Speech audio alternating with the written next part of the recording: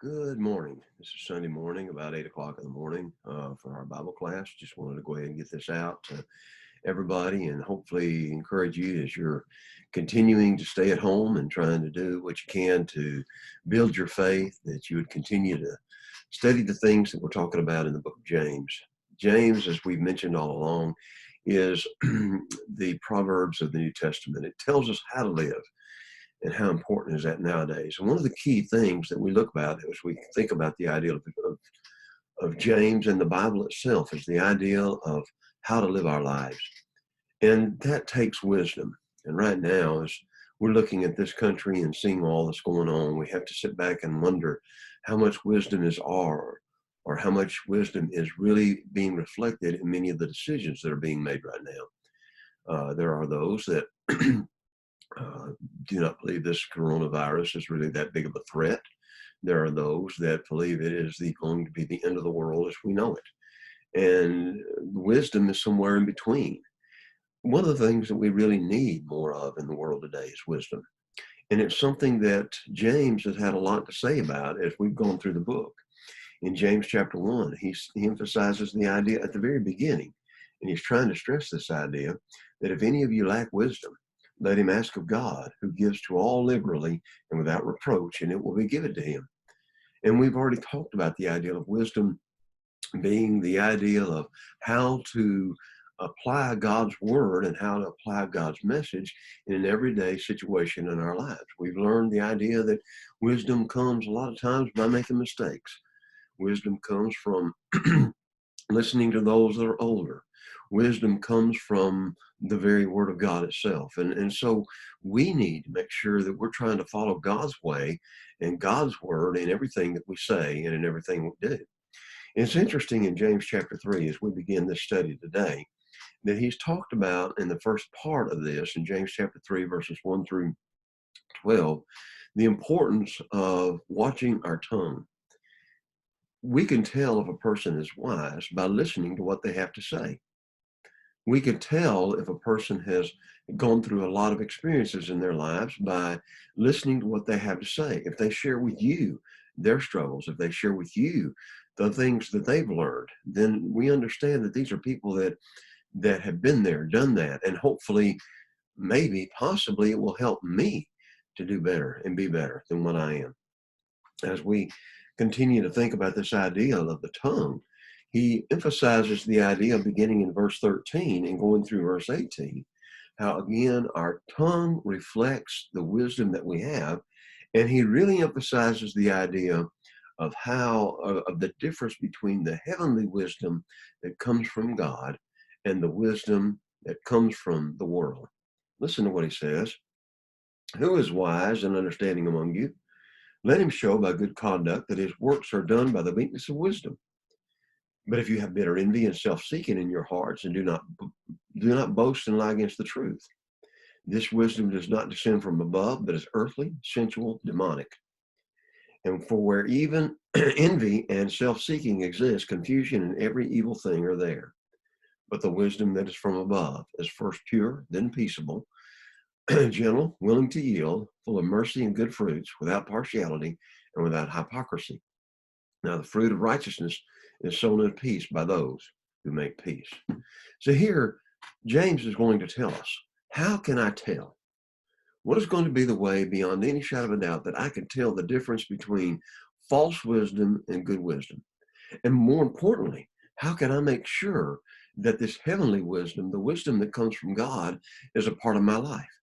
I want to make sure that I can be able to tell the difference, but more than that, I want to make sure that people will be able to tell that I'm following God. You know, as you look through the pages of the Bible, there have been a lot of times when men have not really shown the wisest thing to do. In Genesis 11, the men of the world at that time decided, you know what, we're going to build us a tower up to heaven, and we're going to reach where God is. Obviously, they knew about God, but the reality was is they decided that they wanted to be like God and be in the heavens itself. And the whole Tower of Babel situation emphasizes how God thwarted their plan, because again, that's not part of what he wanted. Think about Abraham. Even though he was a man of faith, he decided that the wise thing to do would be go to Egypt, even though God had promised him in Genesis chapter 12 that he was going to give him a great land and take care of him, he still struggled with the idea of whether or not God would take care of him. And then when he gets to Egypt, he, in essence, tells everybody to, or tells Sarah to tell everybody that she is his sister. Well, she was a half sister, but the reality was he was using the wisdom of the world. Let's kind of tell a half truth. Let's not handle it the way we need to handle it. Let's not trust God, the same God who told me to come over here. Let's not trust him when it comes down to those things. Think about the idea in 1 Samuel chapter 17, whenever David was about to fight Goliath, Saul tried to put his own armor on David. There's no wisdom in that. David was a young man. He had not gone out in the armor before. He had not proved this. David knew that he was not going to be able to fight Goliath wearing all this armor. And the reality is again, he handled it the way that God wanted it to be handled. In Acts chapter 27, we remember that Paul and the sailors decided, or excuse me, the sailors decided to leave a place of safety and go try to go ahead and going up to Rome. And against Paul's advice, they went ahead and did it anyway. You see, their wisdom that comes from being sailors told them that they could make it. Paul says, no, you can't. And again, before it's all over with, Paul is the hero of the story in Acts chapter 27. And he emphasizes that idea that I knew what I was talking about. Obviously, he had been on many journeys before. He had seen the winds. He had seen that. And he had lived around the Mediterranean for many years. And so he understood and he knew what was going to happen in that respect. Paul will talk about the fact in 1 Corinthians chapter 1, verse 20 and 21, where's the wise? Where's the scribe? Where's the disputer of this age? Has not God made foolish the wisdom of this world? For since in the wisdom of God, the world through wisdom did not know God, it pleased God through the foolishness of the message preached to save those who believe. So listen to what he says. And again, Paul was writing to a group of people that placed a lot of emphasis upon wisdom. The Greeks were very well known and emphasized this idea of wisdom, and they believed that wisdom was from the gods. So they spent a lot of time studying wisdom. In Corinth and these other places, such as Athens, they would actually have men walking around somewhat like Jesus did, walking around as a kind of a rabbi, as a teacher. And you had the guys like Plato and Socrates, where we again think about a lot of the things that they taught. And even today, we understand that much of American way of thinking comes from these great thinkers of old. And here Paul is emphasizing, you know what?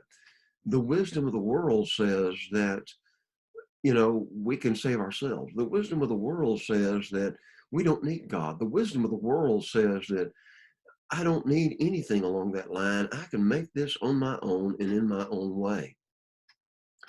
And again, he says in James chapter 3 at verse 15, and that's kind of where we're getting to, as I said today, that the wisdom of the world is sensual. It's the idea that the wisdom of the world is what I'm thinking or what I'm feeling at that moment in time. And again, does that not speak to our culture today, where people are doing and living their lives according more to the idea of what they feel rather than really thinking things through and using the wisdom that God has given us from his word? As those who would preach or listen to Paul's preaching in 1 Corinthians chapter 1, again, he will say the preaching of the cross is to them foolishness. It's foolishness, yet for those that are being saved, it is the power of God. It is the wisdom of God. This is what God planned, Ephesians chapter 1, Ephesians chapter 3, from before the foundation of the world to save us and to bring us into a right relationship with God. It is because the world wants to do things their way that they try to avail themselves of the wisdom of the world.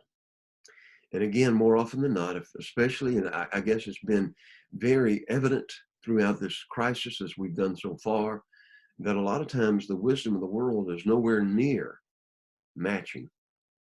Some people say, let's go ahead and get out there and spread this virus to everybody so that everybody can then gain the immunity that they need. Others say, no, let's all just recluse ourselves into our homes. And it seems like throughout all of this that there's not a lot of wisdom being sought. And again, we try to figure it out from the best of our knowledge. And even doctors themselves are not exactly sure about the best way to handle these things. What do? Well, we use the wisdom that God gives us. We think about what would God emphasize? What would God encourage us to do?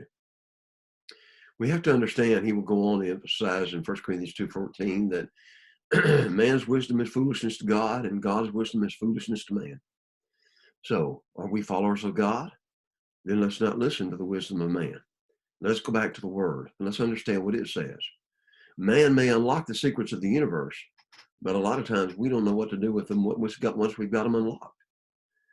And again, a lot of the things that we discover turns on us. We think about how we've been able to use nuclear energy and nuclear power plants to help us have enough electricity. But you use it in a very bad way, and we have nuclear weapons that could wipe out the earth. So it comes from the way we use the wisdom that God has given us, the way that we use the knowledge that God has given us. How important is it that we make sure that we understand the difference between the true wisdom that comes from God and the false wisdom that comes from the world? We've got to remember that Jesus is our wisdom. He is the one to whom we need to listen to. He says again in verse 17 of James 3, the wisdom that is from above is first pure, peaceable, gentle, willing to yield, full of mercy and good fruits. And we're going to talk about that in just a moment. But think about the idea that this comes from God. In Colossians 2, he said, in Christ are hidden all the treasures of the wisdom and knowledge of God. And so we need to be praying, James 1 verse 5, that we may gain the wisdom to help us to understand what we need to do. So getting back to this, who is wise and understanding among you? In the immediate context, as we've talked about earlier, he emphasizes in chapter 3, verse 1, not many of us should become teachers. And I emphasized as we went through that in our last study, the idea that a lot of people use that passage as an excuse not to teach, and how important it is that we all understand that we are all teachers in one way or another.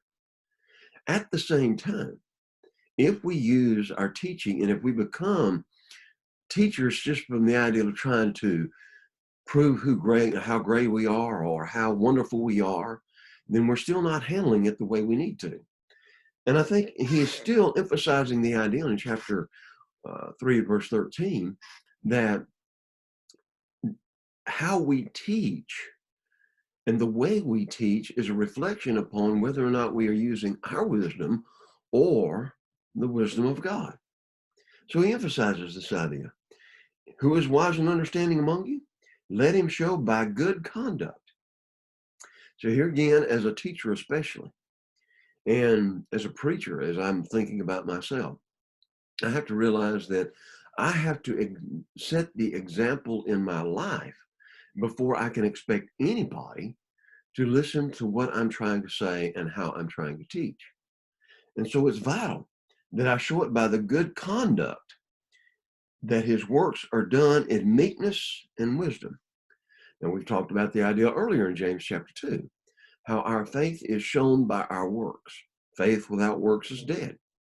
So when we're talking about showing the wisdom that comes from God, we need to always be able, as teachers and preachers and those that help others, we need to be always talking back, referencing back to the Word of God, not ourselves, not our own earthly wisdom.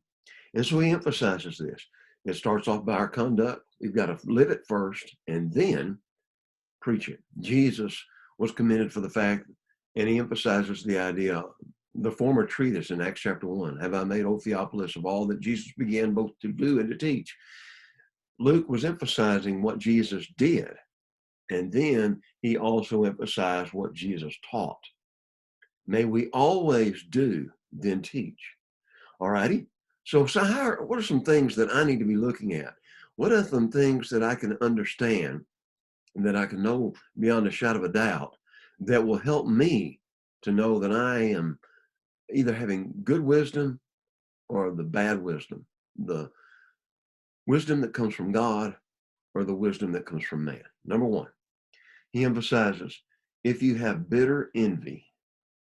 First off, he emphasizes this idea of envy.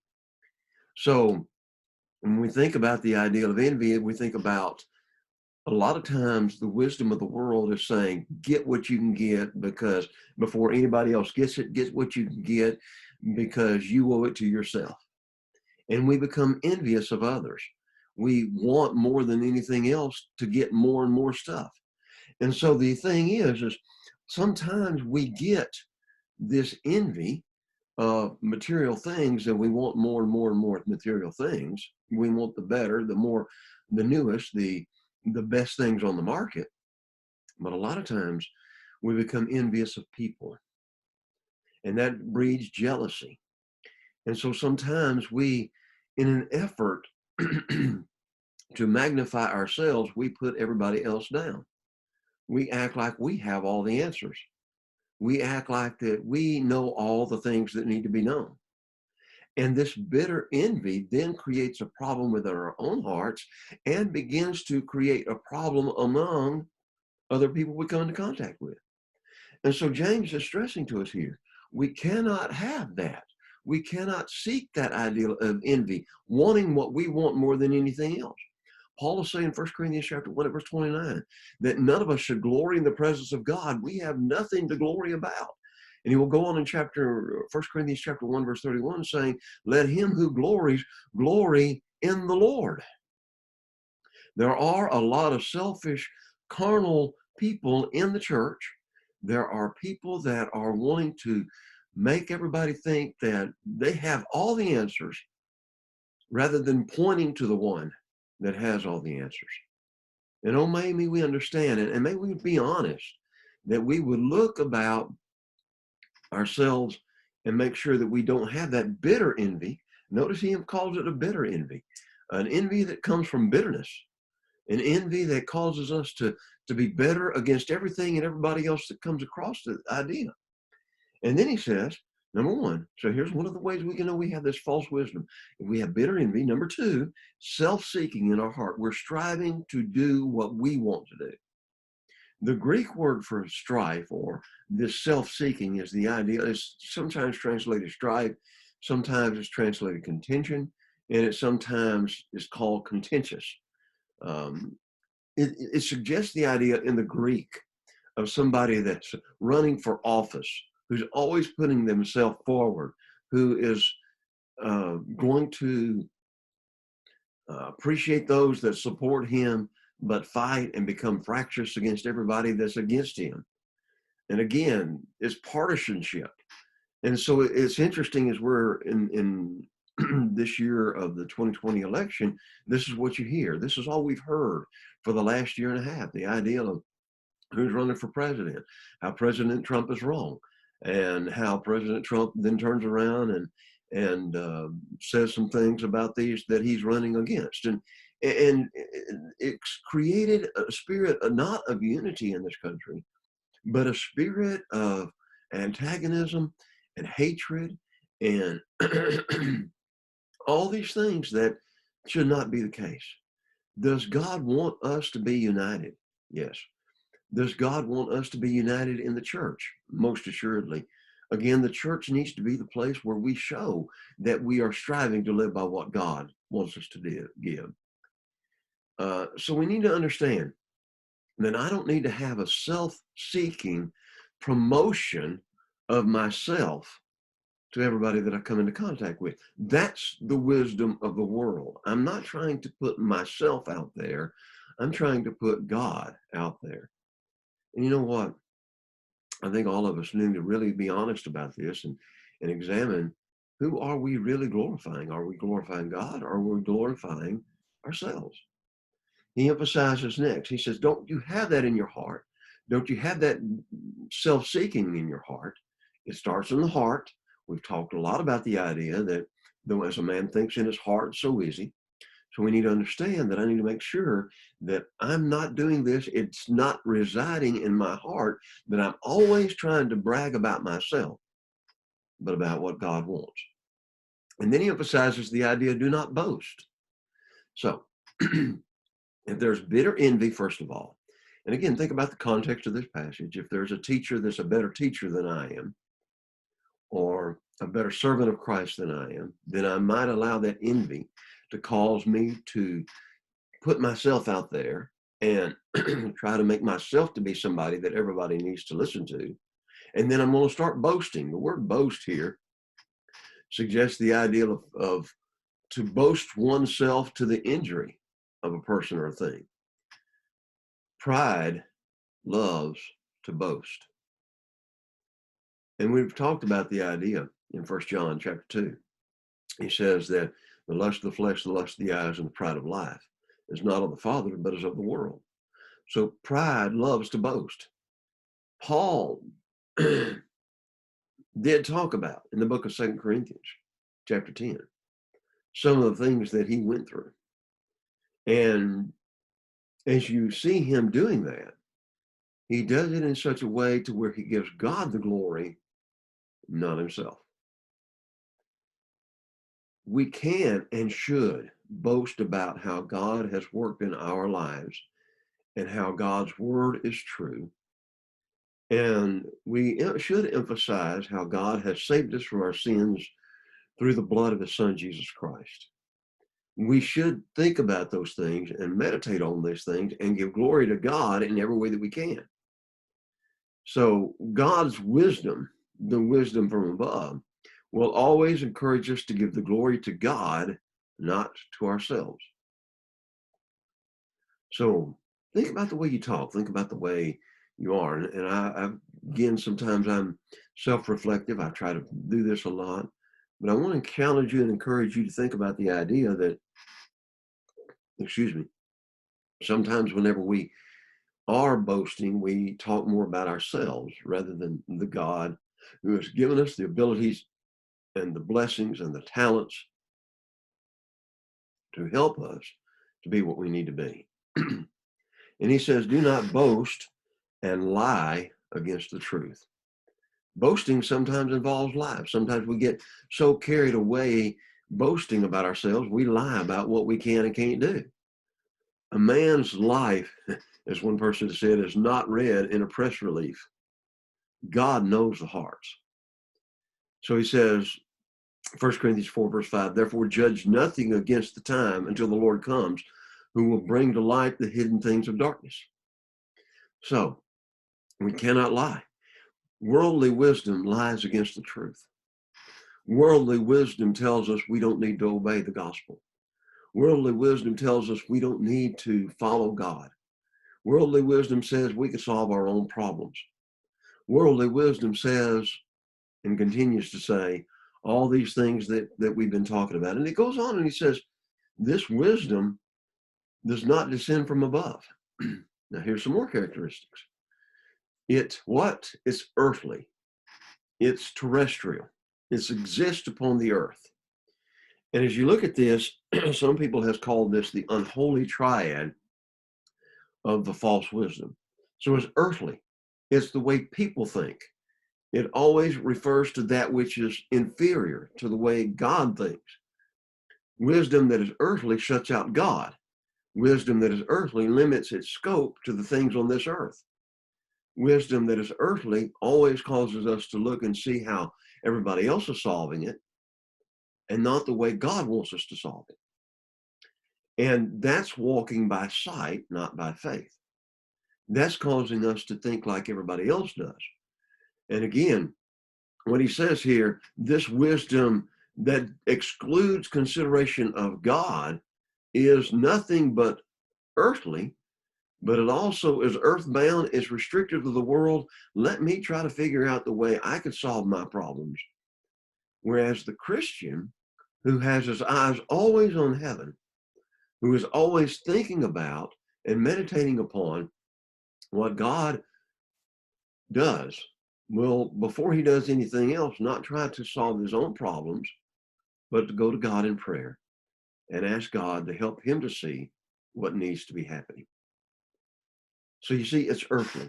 And again, earthly in this respect goes against everything that God stands for. Secondly, it's sensual. And again, sensual, natural. Sometimes the translations do translate this as natural. Again, natural wisdom. That which is not led by the Spirit. Now, again, the Spirit has given us the things that pertain to life and godliness. We understand that He inspired the Word of God. And so, whenever we try to do things in an earthly way, we're not living by, nor trying to do what God wants us to do in a spiritual sense. So, there again, it emphasizes the natural or the sensual is that which emphasizes the idea of living by things that are merely human. Okay? That which belongs to the breath, the principle of animal life. What causes us to seek revenge? What causes us for a few moments to think about um, trying to get back at other people? Well, think about that's the animal nature within us. Nobody can treat me badly. Nobody's going to uh, treat me and not give me the respect that I deserve. And animals will fight to show superiority. You get a couple of dogs together, and there will always be a dog that's going to try to emphasize that he's the leader of the pack. Um, Cats don't get along. You look at all of these animals all across the board, they have to go through these things, and it again becomes a animal nature. Who's going to be in charge?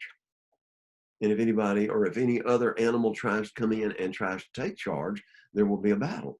Is that not exactly what goes on in the world today?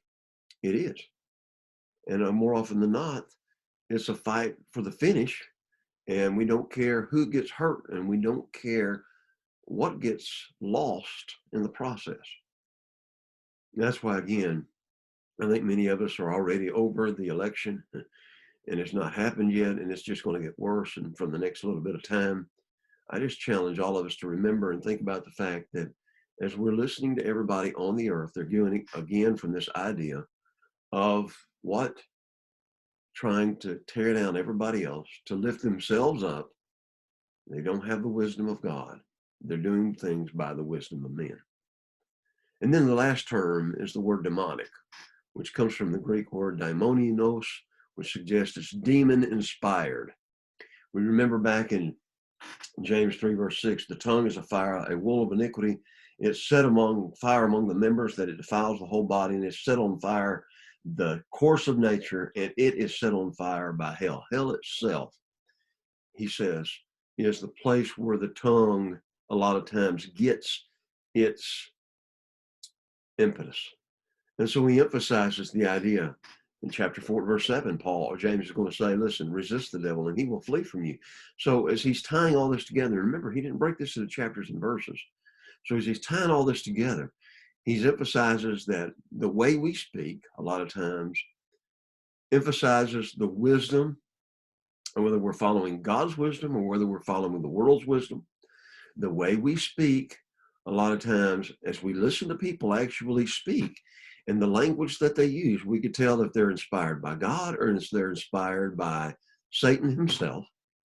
And then he emphasizes the idea that's the reason why Christians, James 4, verse 7, need to resist the devil and flee from him. So their actions, the demons and so forth, is always are showing their wisdom, and it's always going to be the wisdom of the world. So we need to make sure that we're not engaging in this as respect. This is. And he says, so listen, here's the way you can see, here's the way you can see whether or not people are following the wisdom of the world or the wisdom of God. Where envy and self-seeking exist, confusion and every evil thing are there. Where envy and self-seeking exist, confusion and every evil thing are there.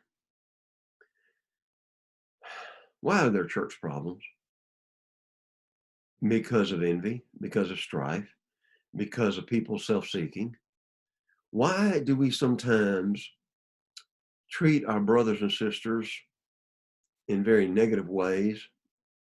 Because again, we're living by the wisdom of the world. not by the wisdom that comes from God. Why do you have church splits? Because again, we walk by the wisdom of the world, not by the wisdom of God. Why do we struggle so hard in the church sometimes of getting along? Again, because we're not walking by the Spirit, but we're walking by the way of the world. There's too much of the world in us and not enough of God in us. And that's always a challenge to me and all of us. And I think we need to always meditate upon this a good deal. How do people really understand the way we are? Do they see us as like them, or do they see us as striving to live by the Spirit? So when we strive for higher positions, when we try to think that we're the ones that's in charge, whenever we're doing all this, that's where the problems are. We've always got to look at the idea, what does God want? What does God expect? So he says, there's confusion, disorder. That's the word here, disorder, confusion, turbulence, sedition. Sometimes that word is used in all kinds of different ways. So the ideal is that there's this instability because of restlessness. And could it be that we have restlessness in the church because we're not in God?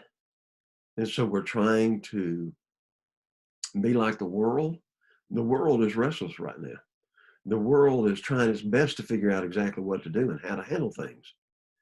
And so the thing is, as we're thinking about it, we need to understand when we fight for power in Christian circles, evil establishes a foothold. And so we need to always and never allow Satan to get that foothold in the church. How does that happen? How can I make sure that doesn't happen? I have to live my life following the commands of God first and foremost of all. And each and every one of us have to put God first in our lives in doing the same thing. Well, I know this is what I think needs to be done. Before we even think about that, we need to ask ourselves, what does God say needs to be done? So he says, now, we've seen the characteristics of the wisdom of the world: bitter envy, self-seeking, boasting, lying, earthly, sensual, demonic. And we finally see its outcome in the fact that confusion and every evil thing are there. Again, as I was thinking about this, and I'm smiling, this is especially in this country right now because we're going through this election cycle. This is what you see. And sometimes we've allowed this stuff to affect us in the church. Beloved, we can't. We can't. God comes first. So even the decisions I make as to who to vote for or not to vote should be because of what God wants. Not because that's the way mom and daddy's voted all their lives. What does God want? What does God want? So let's go on. The wisdom that is from above is first pure. The word pure is used 8 different times, and the ideal is the ideal of chaste. It's the ideal of clear, reverence, sacredness. Purity means one that is free from moral and spiritual defects that are the marks of the double-minded. In other words, we don't have the double-mindedness of, and again, we've already talked about being double-minded, where we're living like the world in one way and we're living like the church whenever we're around church people. But it's the ideal of we can't be half good and can't be half bad. It's all of it. Purity remains focused on God. We have no loyalty anywhere else. There's nothing trying to pull us away from God. And again, one may be peaceful and full of mercy and the like, but this really comes from purity and making sure that we're doing what God wants us to do more than anything else. All these other principles, in a sense, are going to come from this ideal of purity, of making sure that my heart and my life and my soul are solely dedicated to God and God alone. So we focus totally on God. So think about the idea that all of these things here, and you don't see this, interestingly enough, you don't see this in the English, but in the Greek, as James is writing this by inspiration of the Spirit, they all start with the same vowel sound in the words. Okay, so he starts off with purity, then peaceable. Okay, so let's look at this idea of peaceable. We have a definite understanding what it starts off with. It starts off with purity. So we need to make sure that all this comes in there. And if I have purity in my heart, if I'm making sure that that purity's there, I'm wanting God's glory above everything else, then what? There's going to be peace. If you want God's glory more than anything else, if I want God's glory more than anything else, there's going to be peace. If I try to put myself ahead of you and try to jockey for position in the church or anywhere else for that position, rather than giving the glory and the praise and the honor to God, then there will be no peace. Because again, we will be fighting amongst ourselves as to who's the greatest and what's going on there. So we need to be a people that love peace. Do we love peace in the church? Well, I think all of us do. We don't like turmoil. We don't like struggles. We don't like difficulties. We want a place of peace. And a lot of times we maybe sacrifice God for the sake of peace. We can never sacrifice God to be at peace with those who do not love God. Let me say that again. We can never sacrifice God just to be at peace with those who do not love God. So that necessarily means that I need to follow those and help others to follow God so that we can truly have the peace that God wants us to have. And again, think about how that's so true in the church. If my heart is mainly devoted to God, if there's purity of heart, then I'm going to be peaceable. Secondly, I'm going to be gentle. That word gentle comes from another word, which suggests the idea of equitable, fair, gentle, moderation. I'm going to be equal with everybody. And we've already talked about the fact earlier in James, where James condemns those who were putting the rich above the poor. So the emphasis again is being gentle suggests the idea of making sure that I'm equitable with everybody. I treat everybody the same. And I try not to show any favoritism to one group of people or another group of people. Thirdly, he says, again, purity is the ideal of suggesting of willing to yield, to be easily entreated. In other words, rather than demanding my way, as I listen to somebody else's example, I will try to always think about, okay, I'm going to be compliant as long as it's not against what God says and God wants. I'm going to be full of mercy. Full suggests the idea of again, their minds are filled with their thoughts and their emotions. All righty. And our emotions and our thoughts are what control our actions. So the fullness, what do I need to have the fullness of? And as I'm thinking, my mind needs to be full of thoughts of mercy, kindness, goodwill towards those that are miserable and afflicted. I need to do what I can to help them. I've got to show mercy toward men, to be willing to show myself merciful, to help people and everybody I can. Because why? Because that's what God does. As God defines himself in Exodus chapter 34, 6 and 7, he says, I am a God of mercy, long suffering.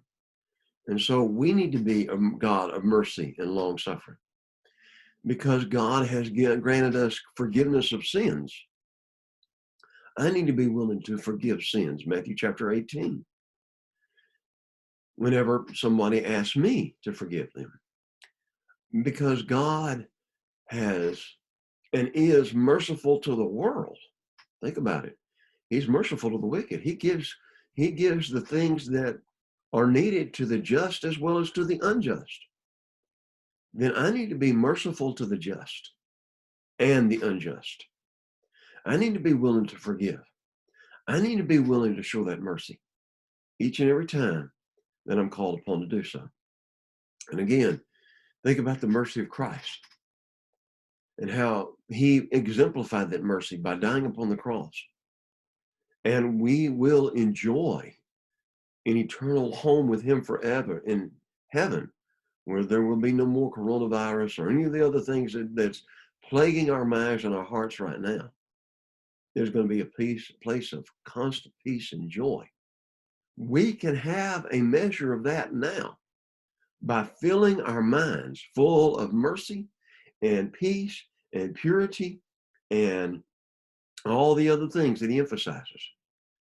To continue to emphasize these good fruits here, he emphasizes the idea that we need to be without partiality. In other words, we don't need to be uncertain. We don't need to show partiality to one and to oppose to another. And I don't need to be a person of hypocrisy. What is hypocrisy? Faked, not true. So he says this, these good fruits, verse 18, the fruit of righteousness is sown in peace by those who make peace. Now, here's the thing. He's talked about the idea earlier. Where is the wise? He's talked about, obviously, some church problems. He's also going to say in chapter 4, verse 1, and this is the segue into chapter 4, he said, where do wars and fights come from among you? Well, it's because we're not living according to the wisdom that comes from God. So the fruit of righteousness, that fruit, the thing that people should be able to see in my life, is sown in what? Peace. First, before I can be at peace with men, I must be at peace with God. Secondly, before I could be at peace with men, the other person also needs to be at peace with God. We may have our differences. We may have our differences of opinion. We may have our differences about the way to handle things. But when I seek God's will more than anything else, when I'm striving to do what God wants more than anything else, when you're trying to do the same, we can find that peace that passes understanding. And we can make that peace each and every day in our lives. I hope and pray that you think about, as we come to the close of this lesson, the idea of what kind of wisdom do you have? Do you have the wisdom of the world or the wisdom that comes from God? My prayer would be that you have the wisdom that comes from God. Continue to study, continue to pray, and let's close with a word of prayer. Heavenly Father, give us that wisdom that we need so desperately. Help us to be what we need to be. Help us to put first things first. And God, help us to seek your will, your desires, your wants more than anything else in this world. We have in the church, Father, become very divided because so many of us are walking by the world, not by what you want. We have in the world become so divided because people are clamoring to get what they want more than anything else. We have become a selfish people, a people that cares only about themselves and what they want and not about what's good for others. Oh, Father, help us to be the example. Oh, Father, give us the strength to be the people that we need to be. Please guard, guide, and direct us. In Jesus' name, amen.